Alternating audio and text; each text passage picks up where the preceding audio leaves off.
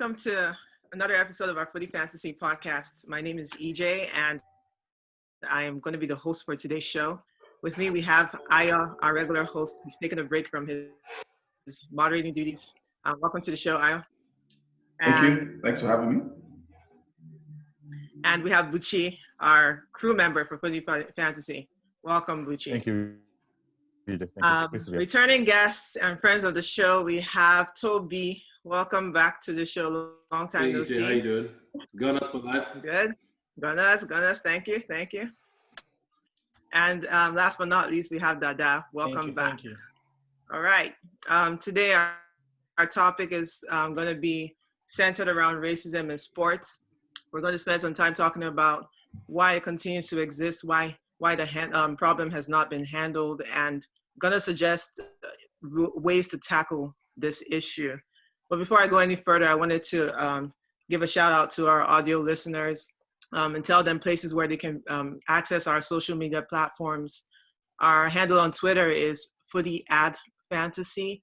On Instagram, it's Fantasy Footy. On Facebook, it's Extraordinary Footy Fans. And on YouTube, you can find us on Footy Fantasy. That's one word. I did want to say a few words before we started because I think it would be remiss. The topic we've chosen is pretty much because of the times we're in. And we all know that we all live in the States, all five of us do. We're in the middle of like pretty much a civil unrest with all the police brutality, protests, and, you know, the senseless loss of Black lives that we've experienced recently with Ahmaud Arbery, with Breonna Taylor, and most recently with George Floyd. And I know you guys live in cities that are currently protesting, if not just recently protested against this. We've seen rioting, we've seen looting. And I did want to get some of your thoughts, just quick thoughts about what we've seen with these protests. Do you think that this is going to be a catalyst for change? Are you optimistic about it? Do you think it's the start of something new? Or do you think that we are pretty much, it's just a social media trend. It's going to go away in 2 weeks. We're going to go back to the status quo. And let's start with Dada. So I think, here's my view. So I'm cautiously optimistic. So I've lived in the U.S. since 2002. This is the first time that I've seen this kind of protest. You know, this is the first time I've seen corporations speak out about racism on LinkedIn, on social media. You have CEOs sending emails. You have companies blacking out in support of Black Lives Matter. So I think, so that gives me some optimism that, you know, this would actually be a catalyst for change. I also think this is also a perfect storm, right? So you had, you know, people have been at home, stuck for a while. You had a lot of events back to back. So I think this is really the perfect storm for this opportunity for us to actually start having meaningful conversations. So yeah, I am very optimistic this time around. I think, you know, at the very least, you know, this is bringing people to the table to actually have meaningful conversations about racism. And hopefully this can, you know, change the attitude going forward. And we can actually see, you know, policy changes, actually see, you know, companies putting their money where their mouth is. So I'm cautiously optimistic. All right, I'll hear from one more person. That's a good point, that one more person, Tobi, because you're another guest. What do you think? Oh, sure, thanks. I think I would agree with Dada that I think there's potential that this becomes more than just a point in time where we all come together. I do think we still need to hold those in power accountable. So the question now is, now that we have their attention, how do we push through while you have the momentum? And you have momentum because it's not just Black people standing up. It's gone worldwide. It's all races. It's Republicans. It's Democrats. It's everybody coming to say, okay, at least in this case, or that we all saw the video, that we all saw this man die. I mean, no one can watch that video and say there was nothing wrong with it. So I think that's why it's so galling. And so I'm hopeful, but I think, you know, the activists who've been in Black Lives Matter for a long time, even before Ferguson, will tell you that this is the time now that we have their attention, is to just keep pushing the agenda forward and holding people in power accountable. Okay, good point. So I agree with both of you. I just think that the one issue that is probably at the forefront here is the fact that we have a lot of, systemic racism, institutional bias, and that sort of thing that I still see some people rejecting it. Some pockets of people are still saying this isn't real. It's a liberal construct, whatever. But I think, that a lot of mindsets have to change. And if that doesn't happen, we're going to see there may be some stumbling blocks to this. But I do agree that this is the first time we've seen it to this level. I mean, you guys have seen pictures of worldwide protests. Like, it's just garnered so much media attention that I think that this is the perfect time. And so hopefully we get to see what you guys have said, more reform, more mindset changes, and then we see something new start to happen. All right, so I'm gonna jump in to the main topic for today, racism in sports. Start with Buchi. What do you think? What do you think is the reason why we're still continuing to see these issues in sports and football, and I guess whatever sport you want to talk about? But what do you think we can do to solve the problems? The question should be, why not? That's my answer. I grew up as a kid who was, monolithic country, so I didn't really experience racism that much. Now I've become an adult, and it seems to be the only thing that keeps popping up every time. And as a Black African immigrant, it has become part of my identity. It kind of defines me because I can't deny it. And the truth is, to pretend that it wasn't real was just a form of escape, was an escapism. And we had that in soccer. We had that in football. We had that in American football. We had all of that, where people would, for 2-3 hours, forget all these things and try and pretend things were not happening. But the truth is that society is always sports is always a reflection of society at large.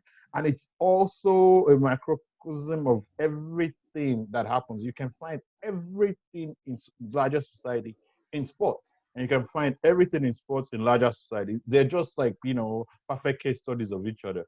So I would say that I am not surprised. I'm not going to sit down here and pretend. The only thing I would tell you is that for a moment, I would pretend that it was not there so that I could really enjoy sports, so that I could really get into the sport itself.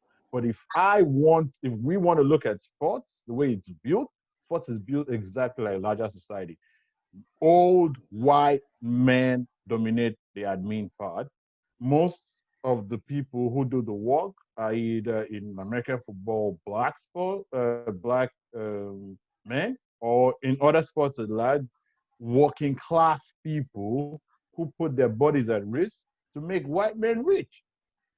That's just what it's been for a long time. It's never been inclusive. What's been inclusive is it's been inclusive because talent cannot be excluded. You cannot get people out who, as a matter of fact, at a point, they were not actually trying to get people in. But when the minority people started becoming better and better, they had to get them in. And that's why that part that cannot be excluded, they cannot touch it. But in the part that they can play the same thing they do in society, they do it. So we should not pretend that sport is innocent. Sport is part of larger society. So I'm not surprised. Okay. Dada, let's go with Dada next. Yeah, honestly, I agree 100% with Buchi's point that sport is a reflection of society. But also, what also makes our sport weird is one thing I've never been able to figure out is how you could have racist organizations, racist people support Black players in their team and also be racist towards others, right? In the opposing team. So I think there's always been a very weird dynamic. So I think just like our racism exists in society, there's different degrees and variations of it. There's different, comfort level, right? You can have someone say, I'm not a KKK, but at the same time, I deny Black Lives Matter. So I think just like in real society, as Buchi said, sport is a reflection of that. And also too, if you also look at it too, there's also a tribal part of sports where the team that you support, you tend to align with their political views. And that's why in Italy, you have certain teams that are known as the racist the teams, fascist, while other teams are not. Yeah, fascist. exactly, the fascist. So it's in every way. Honestly, I think if you want to study racism and how much progress we're making as a society, you can just look at sports, and it'll tell you everything you need to know. And that's why England is doing much better than Italy. Germany is doing better than Italy because, outside of sport, they've sort of worked their racial issues. Now, I'm not saying, England is free, but England is a lot better than Italy. And, it's always like every 2 weeks you're getting news from Italy. But if you do look at Italy and their political party, the rise of populism also came with the rise of racism. So those two things just really, really go hand in hand. So I think unless we fix the structural problem, the racism in sports is always going to be there. So that's a good point from Buchi, and I think that's we're seeing what society shows us. So Okay. What about you, Toby? Um, I think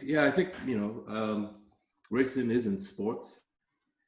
I think sports bodies have tried to address it time and time again, and the struggle they face is the same struggle society faces.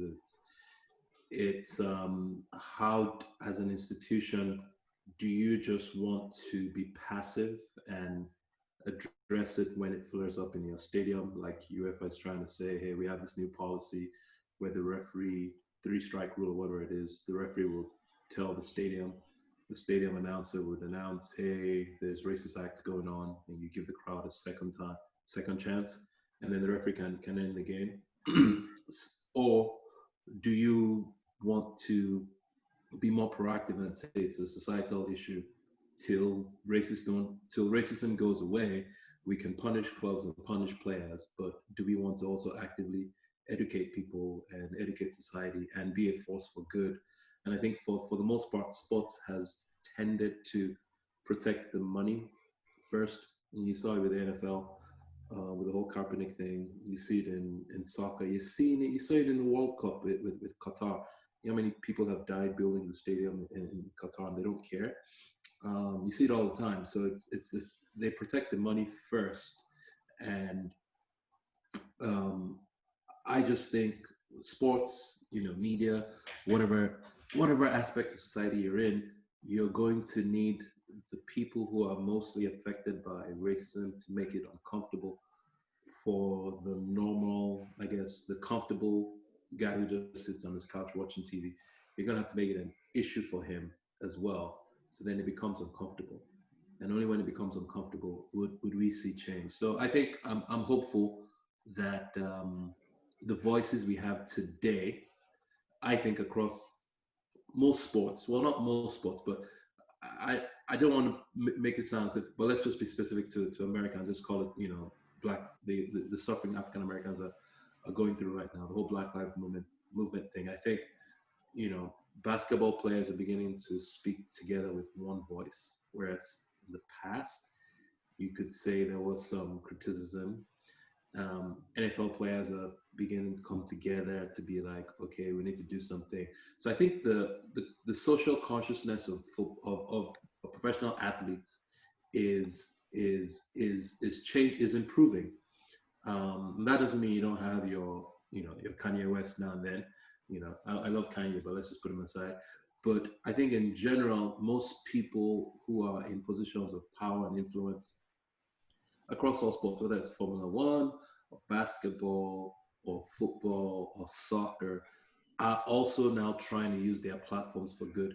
And maybe it's because everyone has a social media platform. So in the past, footballers didn't necessarily relate to fans till they went to the stadium and they signed a jersey or they showed up at a book launch or whatever it was. Whereas today, every single sportsman is relating to his fans on a daily basis on Instagram, on TikTok, on Facebook. So they're looking at your lifestyle, they're looking at what you're doing, and you can get criticism for just even staying silent.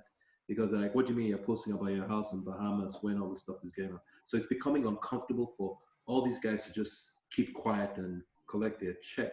And even their managers and their media managers and their, whatever you want to call it, their social media consulting companies are telling them, look, there is no middle ground. Like, you have to take a stand because your fans are demanding it. And so I think that's a good thing. If there's anything good about social media, it's like now nobody can hide. They're like, what do you mean you didn't hear about this? It's on TikTok, it's everywhere. What's your position on it, right? So now you have to tell us, as a professional man who made it through, you came through the system, tell us, are you saying because you did it, every black kid can do it and there's nothing wrong?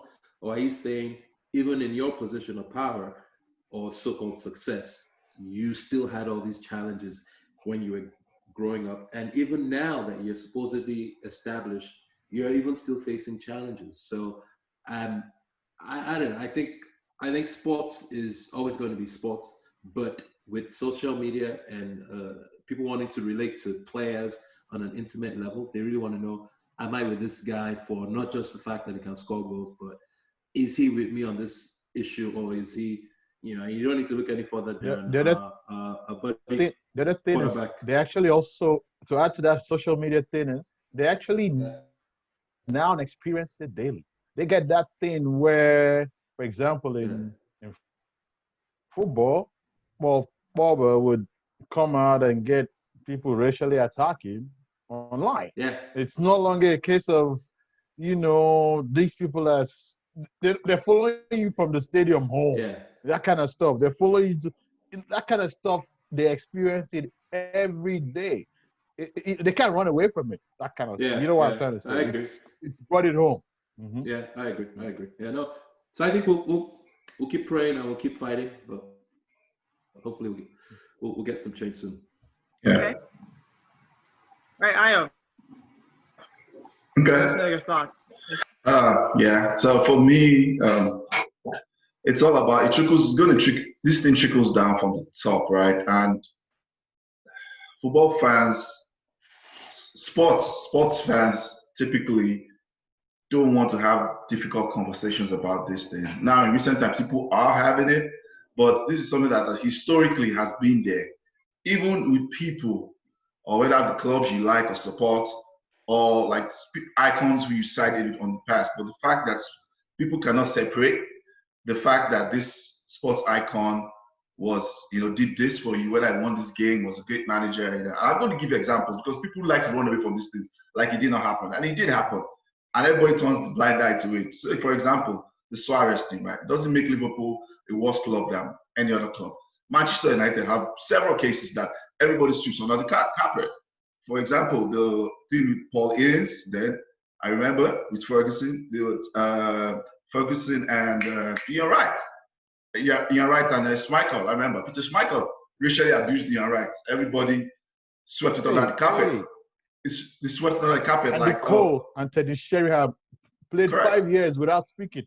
Correct. Everybody swept it under the carpet like it never happened. Zaha, during this time, now he wasn't racially abused, but all of a sudden he wasn't playing. That story came out that he slept today when it wasn't even true. Zaha was left to dry by Manchester United. Nobody protected him. He comes out and defends himself. Manchester United admit with social media contact him. Why you putting words? I was like, dude, you guys are not saying anything. These guys are killing me in the media, on media. And the funny thing is, Zaha never met David Moyes' daughter. Never, for once. But that was a story a lot of people still believe to today. So there's several cases like that. Lewis Hamilton, when he came out recently, talk about Formula One, and all his colleagues were making comments. Lewis Hamilton, and that's why the guys kind of really not liked in UK. So there are several cases of all these things, but people just don't want to have these conversations. So in my opinion, I feel Colin Kaepernick. Correct. Colin Kaepernick, yes. I didn't want to talk about NFL because Tobi had talked about it.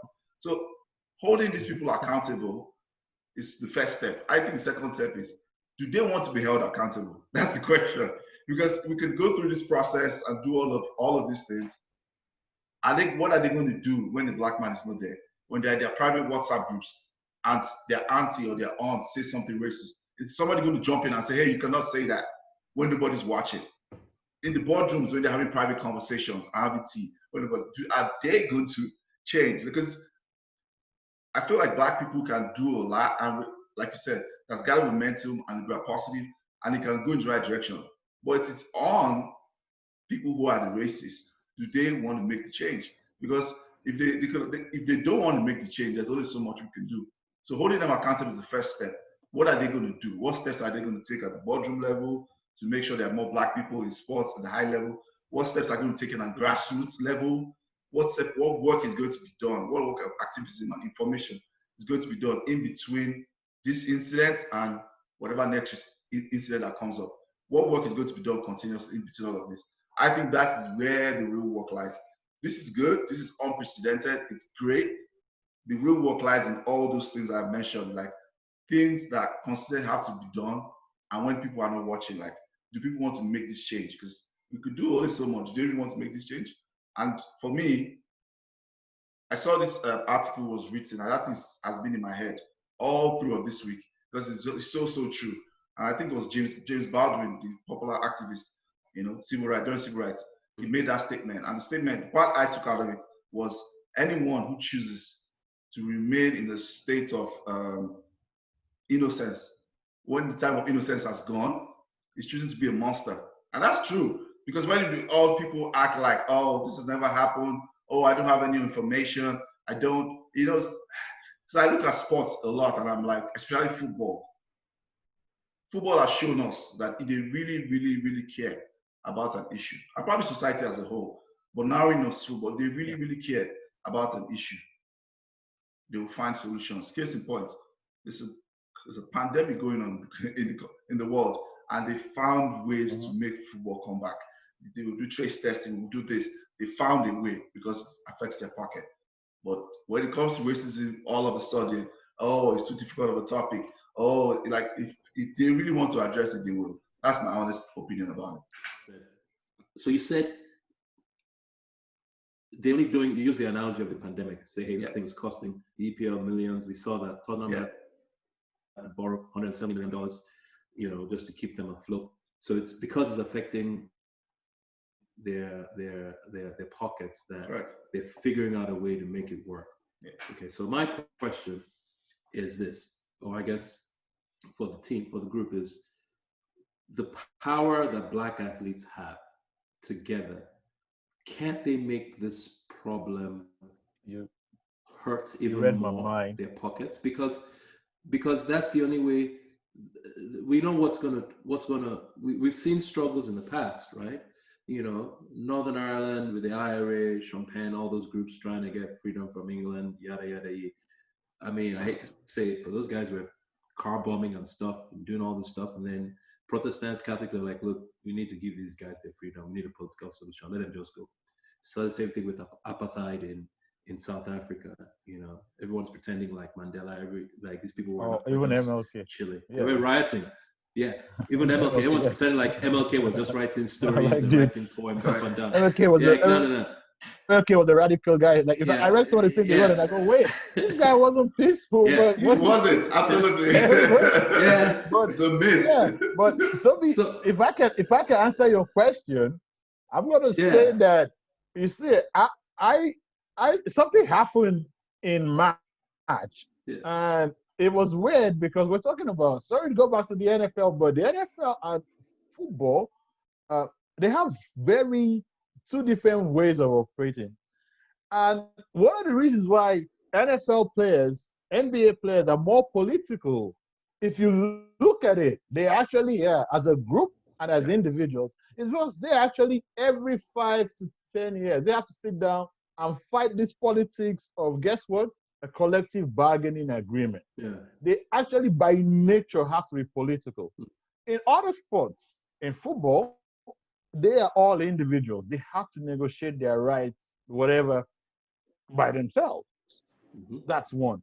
So the reason why I'm mentioning that was that Roger Goodell apologized to the NFL players within a day of all of them. All the best players, like basically the best players in every team, came out and said, Black players, look, we want the NFL to apologize, and the NFL apologized.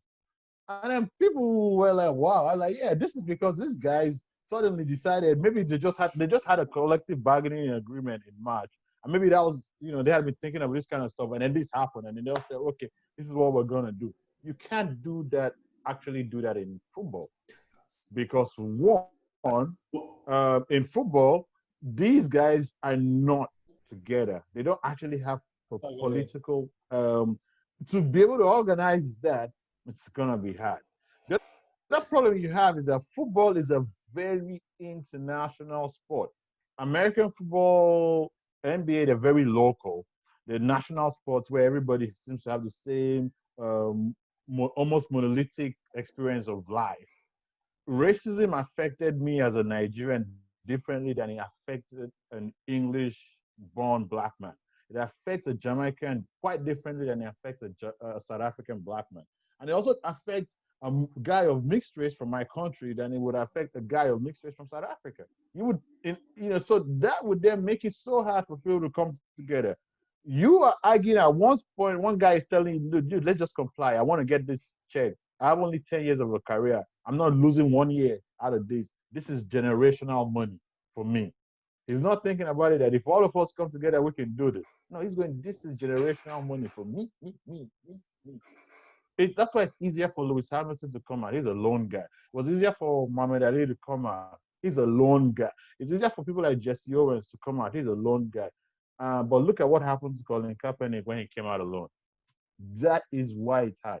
Colin Kaepernick's experience shows you that if the guys are not behind you, you're gonna be fish out of water. Yeah, I get it. And my question is also, why can't, if every single black NFL player, let's come to America and say every single black NFL player and every single black NBA player says, you know what, your flag is racist, right? Your flag was built on not the idea that they're all men are created equal, right? And if you want to conflate this with the flag, that's on you. But I'm not doing this for the flag. Every single national anthem, we're all kneeling down for the rest of the season. What's the NBA going to do? What's the NFL going to do? Exactly. That's my point. But right now, if it's one guy, Kaepernick, you're right. Kaepernick got hosed because he did challenge he challenged the powers, and we had an idiot in the office who decided he was going to make an example of Kaepernick. And Trump was like, oh no, he called him an SOB, yada, yada. He called him a thug. He was like, I am going to show you that I have power. And they took the guy out of the game, right? And the NFL ownership in the NFL is this high privileged thing for not just any white man or not just any rich white man. Trump could not buy an NFL team, even when he had the money. They're like, sorry, you're not of the right, you're not classy enough for our group. Yeah, for our club. So they pushed Trump out, everyone knows that story. And he tried to do XFL or whatever it was, and then that didn't work anyway.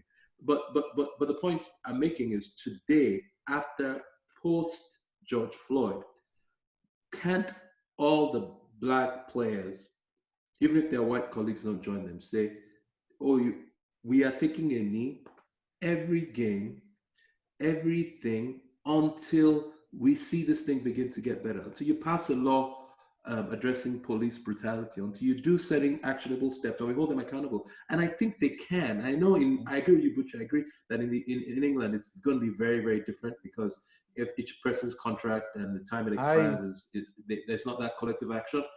But at least here in America, I expect, I'm hopeful that it continues. It has already gone. There's something that we did not mention at the beginning of the show, which is that the video of George Floyd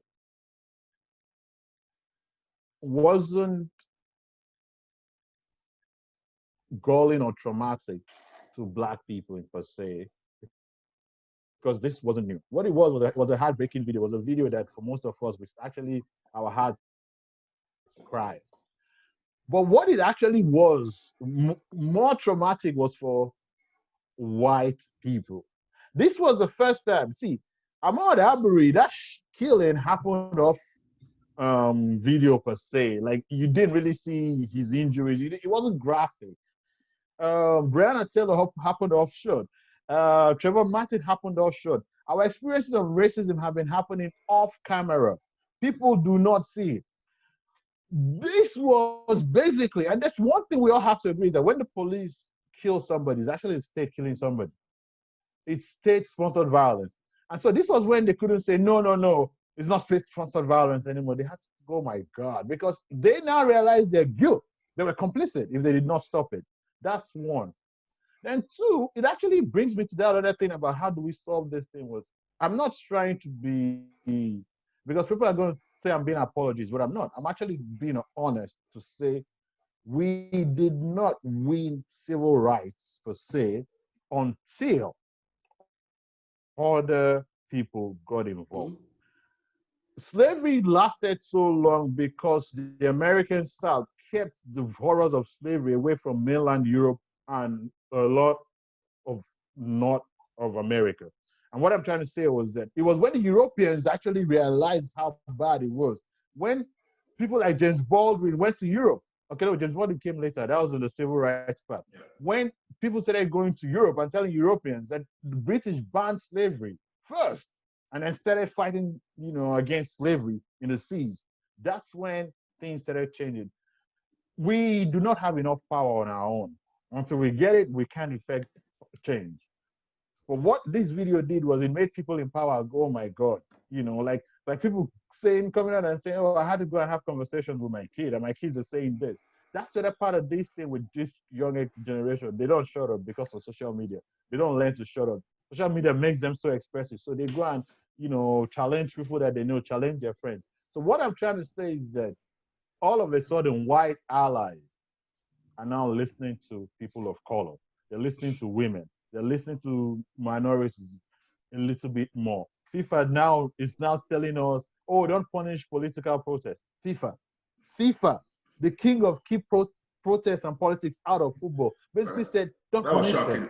them. You know what I'm trying to say? Because they're like, yeah, that was, oh my God.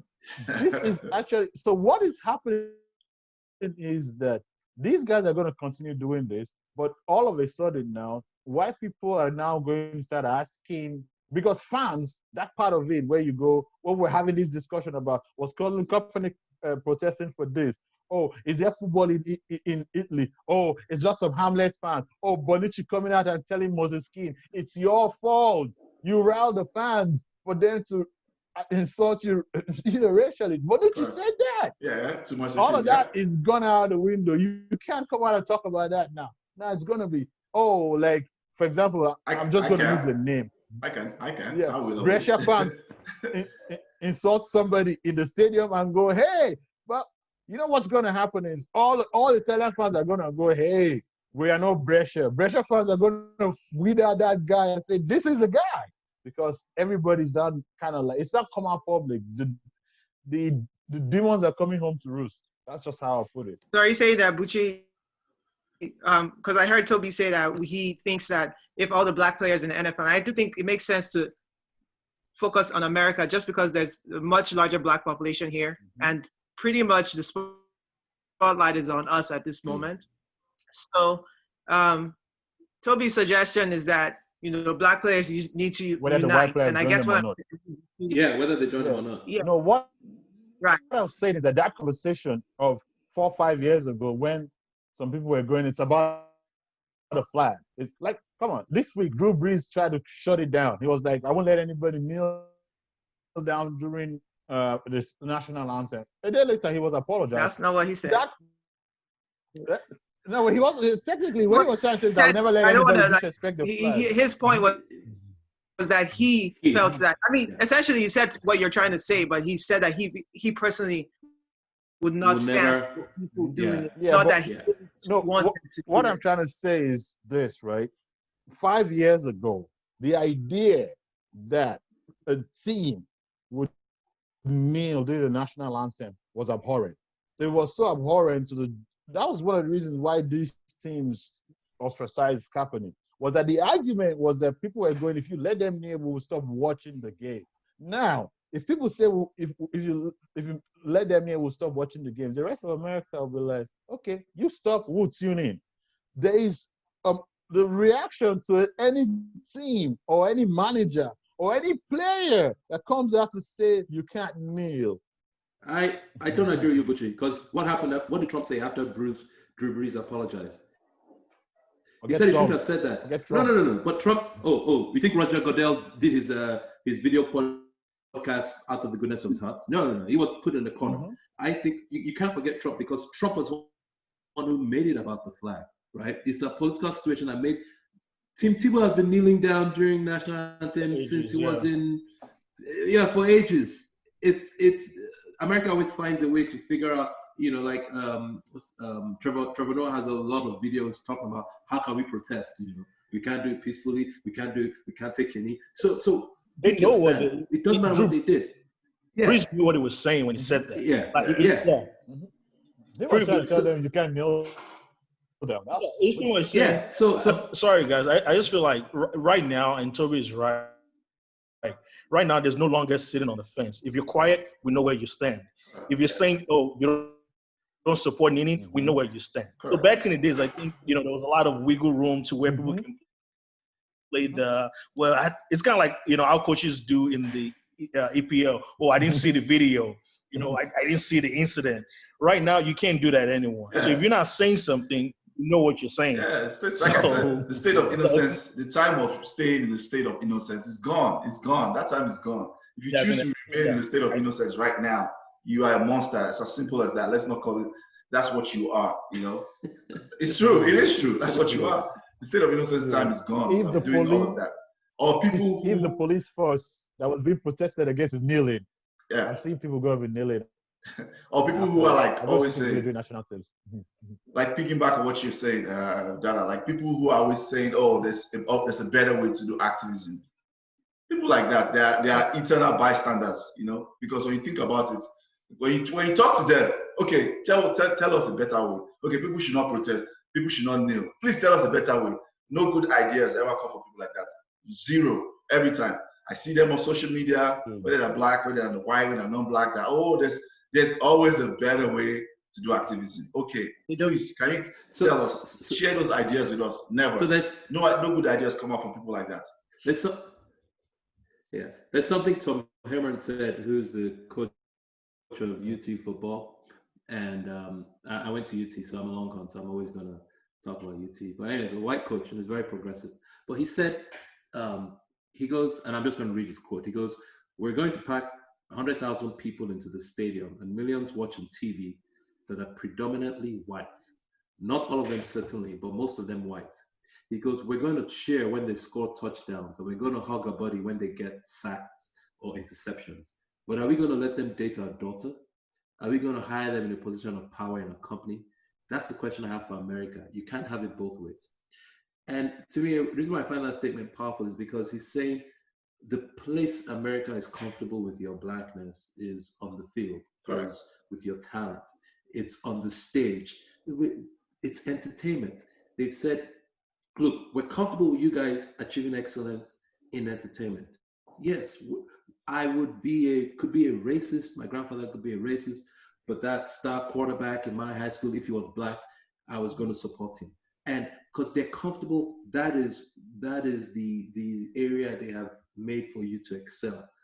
But once you begin to come, and Dada and I talk about it all the time, once at work, in any professional situation, it's almost the way they're fine with black people excelling, but up to a point. Once you begin to have some authority or have some dominance, they're like, oh, no, you don't know your place here. So to me, I think the acts of defiance, of kneeling, and all these, that's what you're doing is you're making them uncomfortable. You're saying, yes, we're going to play, we'll do our touchdowns, but still, we're going to remind you once again that we're still here, we're still human beings, and we still don't agree. There's still issues that tell us that if you want to call us, if you want to say we're not patriotic, that's fine. Okay, yes, but let's take on that thing and say, okay, yes, we're not patriotic because this country has a lot of grievances it has never accounted for with Native Americans, with black people, with the Irish. It goes way back. So yes, what's patriotism? We can't just say we're just going to ignore all the sins of the past and the sins today. So yes, we'll do our job. We'll go out. We'll throw the touchdown. We'll do the dunks. We'll do the passes. We'll score the goals. But while you're enjoying that, you watch us on our knees. You watch because we'll still continue to protest. Yeah, I have this theory. Example with Laura Ingraham, which the contrast between her comment, LeBron said his stuff, and then the contrast between what she said after Drew Brees said his. That was a perfect example of how oh my goodness. See that. I have this theory that there's something we have to look at, and which is, I don't know, I was thinking about, there's this, today is, this is 2020, so 1950 was 70 years ago. And in the past 100 years, 1920, the end of the First World War till date, what has actually happened is that we have moved from a world that was, let me say, my grandfather at that time would have been under British rule. He wasn't free in his own country. In America, American women couldn't vote. In a lot of parts of the world, women couldn't vote. Women didn't have jobs. Half of the world was under the yoke of colonial rule. In that time, a lot of social changes have happened. But what I've always noticed is that there's always been a kind of blowback against this thing. And that's what actually one thing I started thinking about was when, after the 1920s, when civil rights battle began. And if you remember, the Civil War had not ended. It wasn't actually 50 years or thereabouts past the Civil War, thereabouts. So it wasn't too long after, because the Civil War was, 150 years, I meant to say. So what actually happened was that, guess what? The Ku Klux Klan was a reaction to that. When women actually got the right to vote, when they were supposed to continue giving women rights up to the whole women's rights, that whatever they haven't ratified up to today. Do you know what happened? Other women, conservative women, rose and fought against it and blocked it. Obama became president, the reaction was strong. There is also going to be political pushback against this that will come one way or the other. I don't know how it's going to come, but it will come. It's happened. It will happen. And that is what I'm actually also waiting for. We have gotten to a point where people have to be ready and people have to be strategic with this. And that's why that thing of organizing, for the first time, I will say I'm proud of these NFL players because they left Colin Kaepernick to roost. They left him and the other 2 or 3 guys to roost, but now they're coming together. But I also want to say something that is very important here, which is the social media guys, young people, we need to do better. It's no longer about looking up to stars to fight. It's no longer about, it's no longer about just looking up to people in power. We also have to hold ourselves accountable. And what I mean hold ourselves accountable is, look, if there's a football club whose owners are not listening to you talk, vote with your pockets, vote with your feet, get politically involved.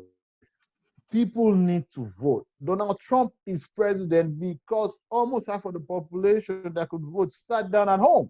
He's not president because he was popular. He was president because people, whatever, I don't care. We should start caring about elections. We have to vote everywhere where people have the right to vote because there are people that wish they could vote, but they cannot.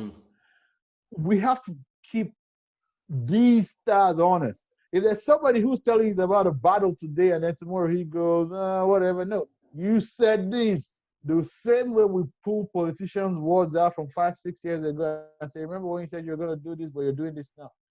The guys that are talking now, let's not forget their words. Let's hold them accountable. The guy that resigned from one company and said he wants the space to be given to somebody of minority, a black man or a woman, they better hold that. You know, what I'm trying to say is do not let these promises be hollow. These promises they could actually be playing on our emotions right now and doing whatever they want to do. We have to keep up this battle because these are very hollow promises till I see action. That's what I believe. Okay. I think we've come up on like 30-minute, probably 30+ minute mark. Does anyone have anything else to add? Any other? I thought it was longer actually. Final thoughts? My own final thoughts, and I will say my own very quickly. It's just a shout out to some people on social media, artists who I think have put their career on the line. John Boyega has put his career on the line. You know, it's a young artist. He just did Star Wars. He hasn't even done anything in his life.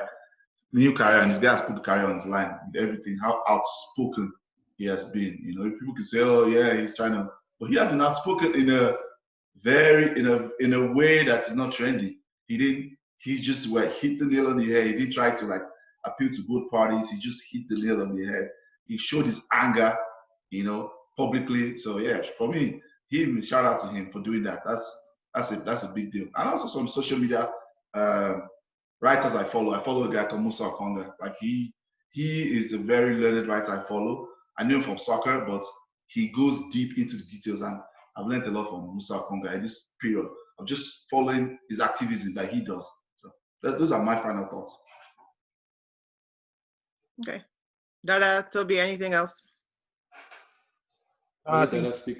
yeah, I think you guys. I mean, I think you guys covered it all, and I'm looking forward to see what happens when season start. To see what EPL is what they're gonna do. I mean, shout out to Chelsea, Liverpool, United. I think even West Brom, all the clubs. They said some. Yeah, and there was an argument I think I was having with Ayo and someone else on a forum that all these clubs they're just playing eye service. They don't mean it. It's just a trend. But guess what, though? 5 years ago, none of those clubs will say that. They will face an economic backlash. So essentially, anything last 5 years ago, you say that kind of stuff, you're going to lose half your base. 5 years ago, Suarez T-shirt happened. Yeah. Or there, was that 7 years ago?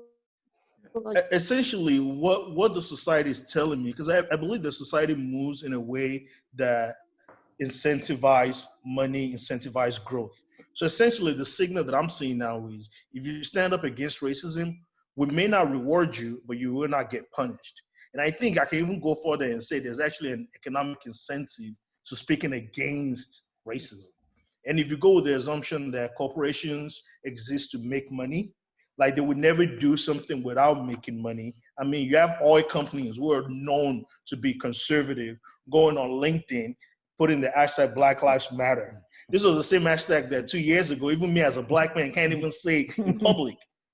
That's what we call terror. So now it tells you like we're now starting to normalize anti-racism, which is a good step. Maybe in the next 2 years, everybody's just gonna be straight up anti-racist. Now you could be racist on the dinner table at your cookout, but essentially what we're telling you is, hey, in public, you need to act right.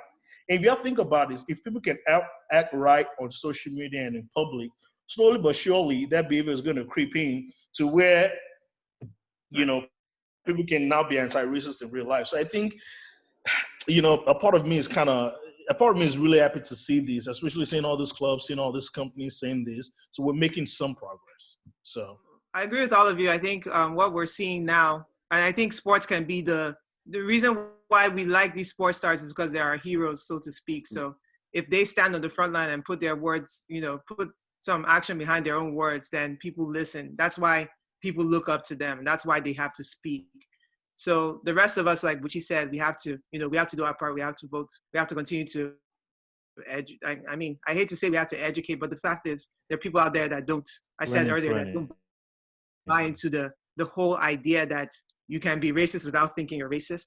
So once those mindsets have to change, and if they don't, then some of those things that we're seeing, like when you see these police officers brutalizing people or causing harm to others, and they don't think that it's because of the color of the person's skin, they don't see that there's a difference between the way they treat one person versus the other, then it's hard to fix that. Like, you can put all your policies and laws in place, but they're the ones carrying out those laws. And if they can't do it right, then we're screwed to begin with.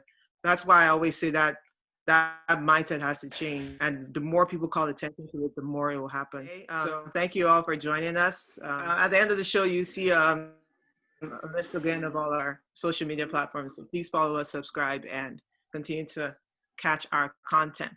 Thank you all very much. Have a good one.